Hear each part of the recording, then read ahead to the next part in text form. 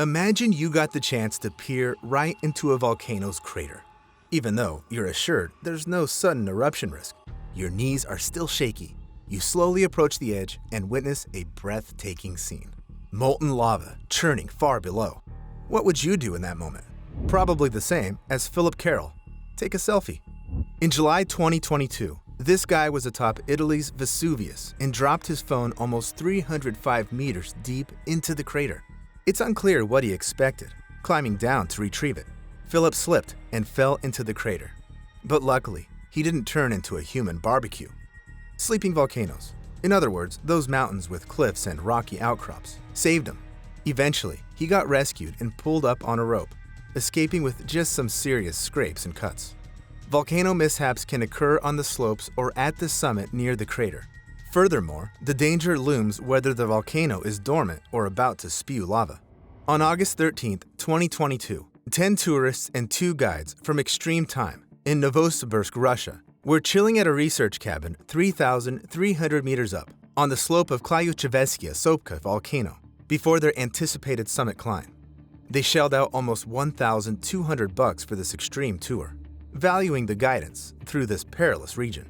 Although volcanoes are usually associated with hellish lava and high temperatures, the route to the crater can be freezing.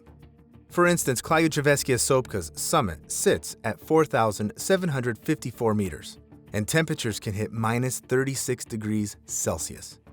The risk is volcanic ash that prevents rescue helicopters from nearing the summit. So, in emergencies, climbers must rely on themselves. On September 3rd, after days of preparation, the group started the crucial final part of their ascent, the peak assault. But 2 participants felt unwell, claiming they couldn't go on. Naturally, the guides split, with Ivan Alabigin descending with the tired tourists. Disheartened, the tourists didn't realize this decision was life-changing. Back at the base, Ivan found frostbite on his cheeks, fingers, and toes. Meanwhile, his partner, Andriy Mishenko, contacted him via radio, saying they had got into trouble and urgently called for help. Their group attempted to continue in deteriorating weather. Strong winds and a blizzard knocked them down, and at one point, climbers slipped off the volcano's cliff. Tied together, they all plummeted. After the fall, Andriy found injured teammates, but not everyone responded, with rescue helicopters unable to land due to the storm. Help seemed a distant hope. Still, Ivan called the rescuers, and despite the frostbite, hurried to his colleague. The next day, the helicopters tried to land on the volcano in the area of the tourist lodge 3 times, but the storm was so severe they all failed. In these conditions, another group managed to land 800 meters lower, with days ahead for their ascent. Ivan provided first aid and relayed their status over the radio. Survivors, soaking and freezing, resorted to stripping jackets off corpses for warmth. Unfortunately, it didn't save them. Night temperatures hit minus 14 degrees, and rescuers struggled to reach the wounded. Eventually, they all passed away. By the end, 5 men perished. During the trial against Extreme Time, it turned out that guide Andriy knew the dangers of pushing on in bad weather, yet led the group anyway. Tourists most likely never imagined danger lurking that close, even before reaching the volcano's crater. Now, what if you fall straight in there? A wild tale went down in April 2008 in Washington. Marine Reserve John Slemp, together with his son and friend, decided to snowmobile up to the crater formed during the eruption of Mount Saint Helens in 1980. When John reached the top, soaking in the view, he got so caught up that he didn't notice how close he strolled to the crater's edge. The snow beneath him gave way, and he tumbled 61 meters right into the volcano.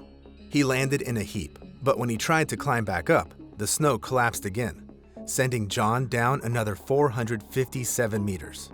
Worried for his dad, his son started sliding down after him, but John's friend realized how risky it was, grabbed the kid, and pulled him back.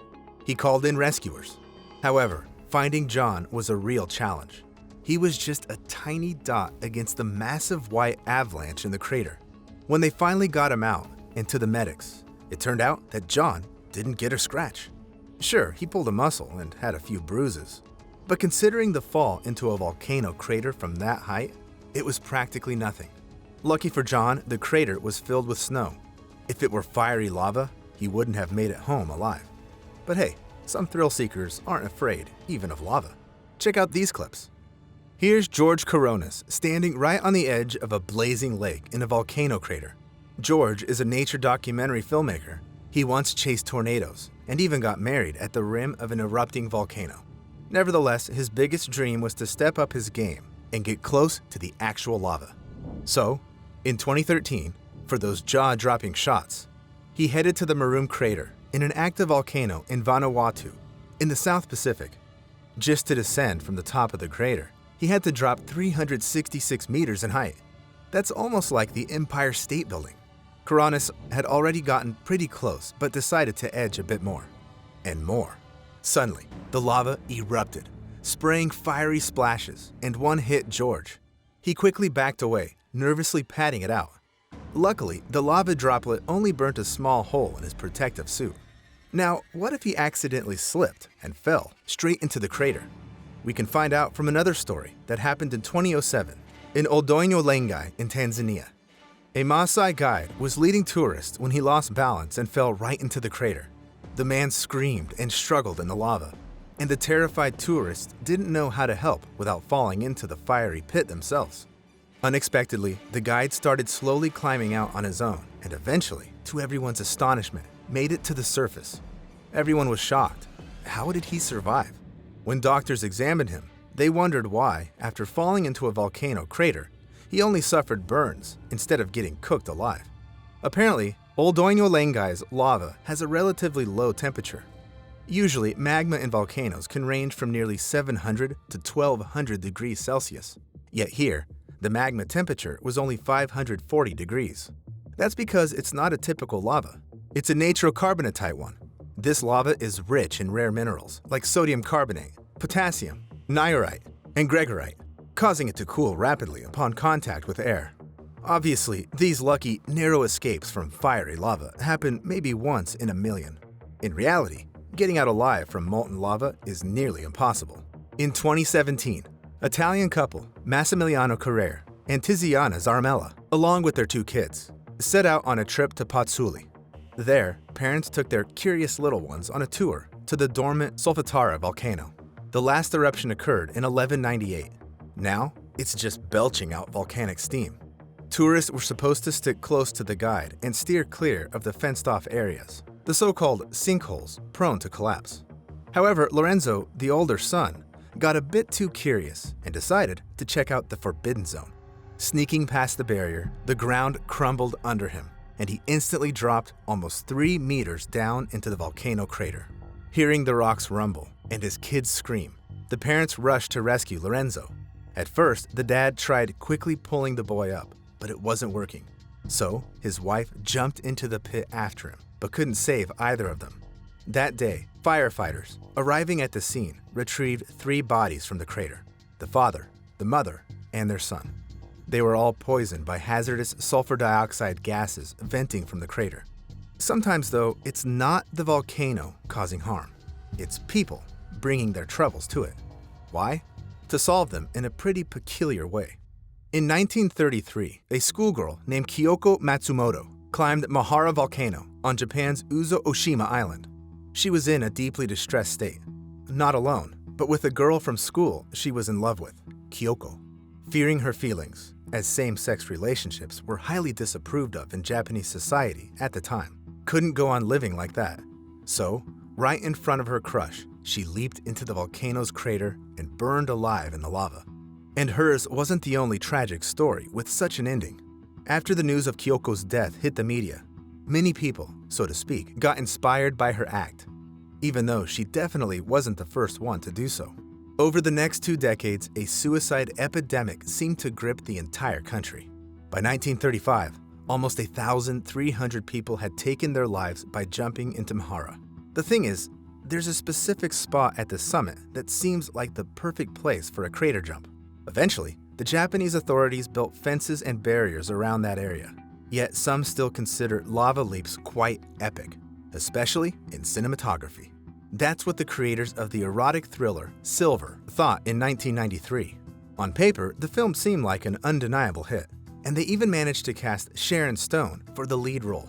However, the team felt it wasn't enough. So for more drama, they decided to add a scene to the ending where the main characters would fly a helicopter over Hawaii's Kilauea volcano and direct it straight into the crater. Craig Hosking, filmmaker Mike Benson, and cameraman Chris Duddy were tasked with this stunt, risking their lives.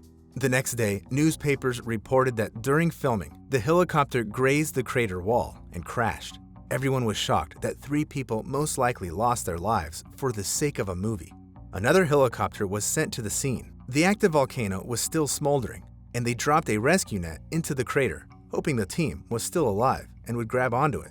At first, no one appeared. The temperature was dangerously high, putting the rescuers at risk too. Until suddenly, someone pulled on the net. The helicopter ascended higher. The rescuers saw all 3 men clutching the net. They had managed to save themselves. Ironically, the volcano scene wasn't even added to the film's final cut, and the movie flopped at the box office. Yet sometimes the most unpredictable twists happen not in movies, but in real life. In December 2019, snagging tickets for a cruise Ovation of the Seas was a real challenge because, during the winter holidays, tons of tours plan island getaways, including those to New Zealand. Among the lucky cruisers who managed to book a trip with Royal Caribbean were the young lovebirds Matt Ure and Lauren Barham. This voyage was extra special for them. It was their honeymoon. They figured adding a tour to the White Island volcano would be a cool and perfectly safe adventure. Well, that's what it seemed, considering the guides assured everyone that hanging out near this volcano was no big deal. But when Matt and Lauren were already on the island and reached the crater, the guide suddenly got super uneasy and declared the tour canceled. The couple demanded an explanation and discovered the local authorities had recently received a level 2 danger alert. That means the volcano on the island could blow any minute. So they were offered gas masks and a quick photo op. Maybe the newlyweds didn't grasp how close they were to a real disaster because, in the pics, they're all smiles and happy. Suddenly, a thick trail of smoke shot up from the crater, 3.7 kilometers into the air. The guide wasn't hiding his concern anymore. He was yelling for everyone to run. Rocks were raining down on people, and breathing got tough due to the poisonous cocktail of volcanic gases. That's when Matt and Lauren realized they might die right then and there. The couple took cover behind a rocky outcrop, while burning ash rained down around them. Mrs. Barham held onto her husband tight, thinking if they had to go, they'd go together. After 2 minutes, the eruption subsided. Even though it didn't last long, the island was in chaos. People closest to the crater were gone. Some got buried in rocks, and some were poisoned by gases. The surviving tourists scrambled to get on a small inflatable boat to escape this hell and not wait for a rescue helicopter. The man helped his wife get on board using a ladder, but her hands kept slipping because her fingers had peeled off due to burns. They had to sail to the mainland for 90 minutes under the scorching sun, with sea spray hitting them, making their burns even more unbearable. The couple's condition worsened, and eventually they both blacked out. The remaining time of their honeymoon was spent in hospitals located 1,000 kilometers apart.